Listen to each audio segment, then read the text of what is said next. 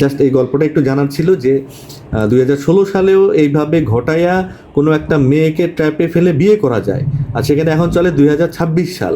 আসসালামু আলাইকুম, সবাই নিশ্চয়ই ভালো আছেন। আজকে একটা টপিক নিয়ে আলাপ করব যে এআই অ্যাওয়ারনেস নিয়ে আমি কাজ করি, যে এখন তো এক্সট্রিম লেভেলের হাই কোয়ালিটি পিকচার দেয়, তো এখানে কতখানি সচেতন থাকা উচিত। আমি একটা ছোট একটা গল্প বাস্তব জীবনের শেয়ার করবো একজনের সাথে, মানে তার সাথে কথা বলবো, সেটা শুনলে বুঝতে পারবেন 5-7 বছর আগেই সে এই ধরনের একটা কাজ করে মানে কিছু একটা করছে, সেটা তার মুখ থেকে আমরা শুনবো।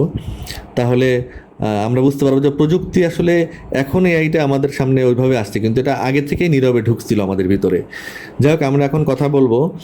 ভাই, আপনার ওই ঘটনাটা, আচ্ছা আরেকটা কথা বলে নেই, মানে বিশেষ স্বার্থে নাম বলছি না, বাট আমরা গল্পটা শুনি, আমরা অভিজ্ঞতাটা নেই ভাইয়ের সাথে। এটা আমার খুবই, আমি কিউরিওসিটি যে আমি গল্পটা শোনার জন্য, কারণ আমি কাজ যেহেতু অ্যাওয়ারনেস নিয়ে করি, তো আমি এটাই মজা খুঁজি গল্পের মানে অ্যাঙ্গেলগুলো, তাহলে আমি এটাও আমার জন্য আরেকটা শিক্ষা হতে পারে। যাক ভাই, আপনি বলেন যে এটা কত বছর আগের ঘটনা? এটা হচ্ছে 1916 সালের ঘটনা। আমি তখন বাইরে থাকি, দেশের বাইরে। তো হঠাৎ করে আমার সাথে একটা মেয়ের পরিচয় হয়। হ্যাঁ।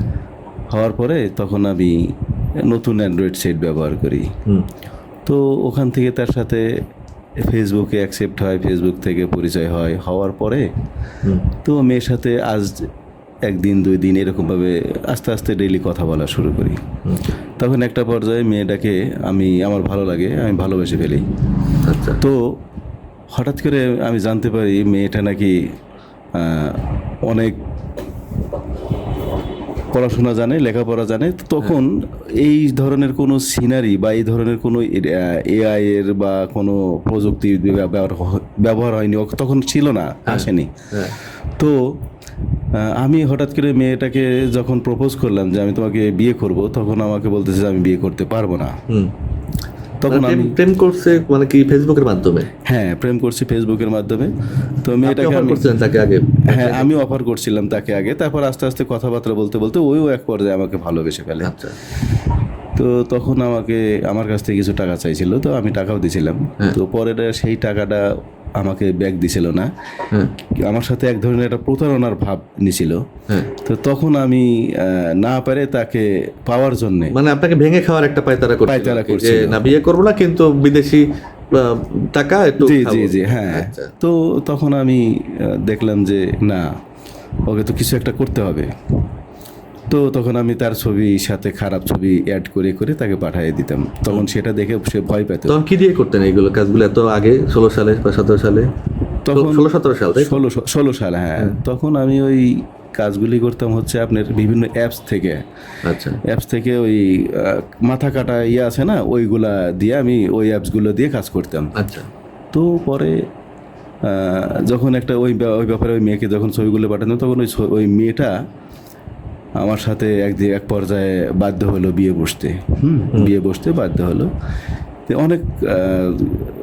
অনেক দেরি হয়ে গেছিল আর কি, অনেক ইচ্ছার বিরুদ্ধে আর কি, তার ইচ্ছার বিরুদ্ধে আমি তাকে বিয়ে করছিলাম। মানে কতগুলো ছবি বানাইছিলেন এভাবে? মোটামুটি 20-25টা ছবি বানাইছিলাম। মানে মোটামুটি রিয়েল লাগতো, হ্যাঁ। তখন আর কি এই ট্যাবে মানে ওকে আমি পাওয়ার জন্য বা আমার টাকা আমার নিজের মোবাইল দিয়ে বানাইতাম আর কি। আচ্ছা আচ্ছা। তো ওই সময় আর কি আমি এই কাজগুলি করছিলাম। সে আপনাকে ভয় দেখে নাই যে আমি পুরো পুলিশের আশ্রয় নিব? সে পুলিশের কাছেও গিয়েছে, তারপরে আইনের আশ্রয় নিয়েছে, কিন্তু সেই পুলিশ বলছে যে উনি তো এখন দেশে নাই, ওনাকে আমরা কিছু করতে পারবো না, উনি দেশের বাইরে।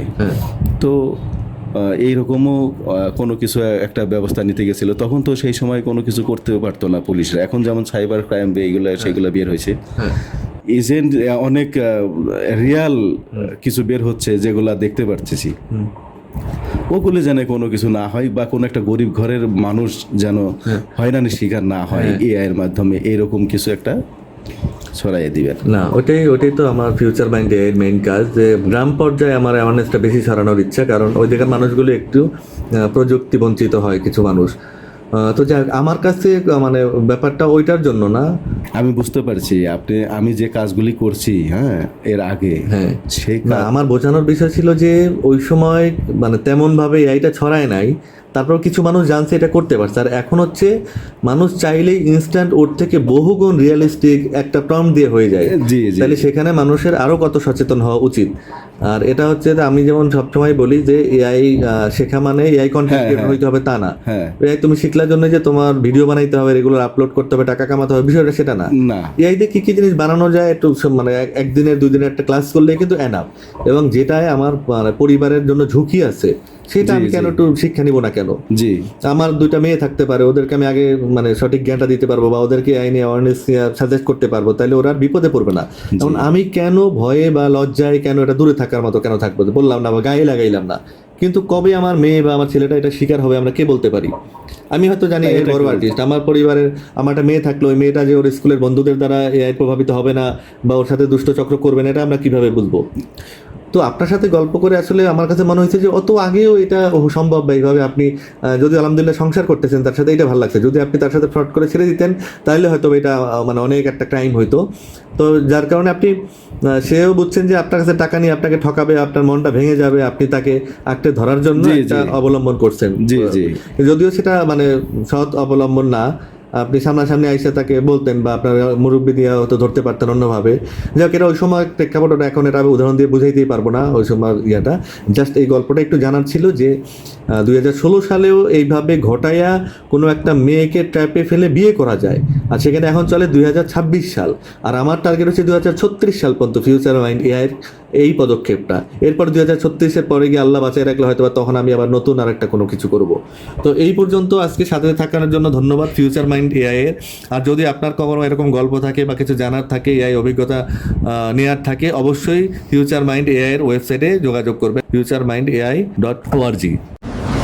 ফিউচার মাইন্ড এআই, প্রযুক্তি হোক মানবতার কল্যাণে, অপব্যবহারের জন্য নয়। AI Awareness of Bangladesh.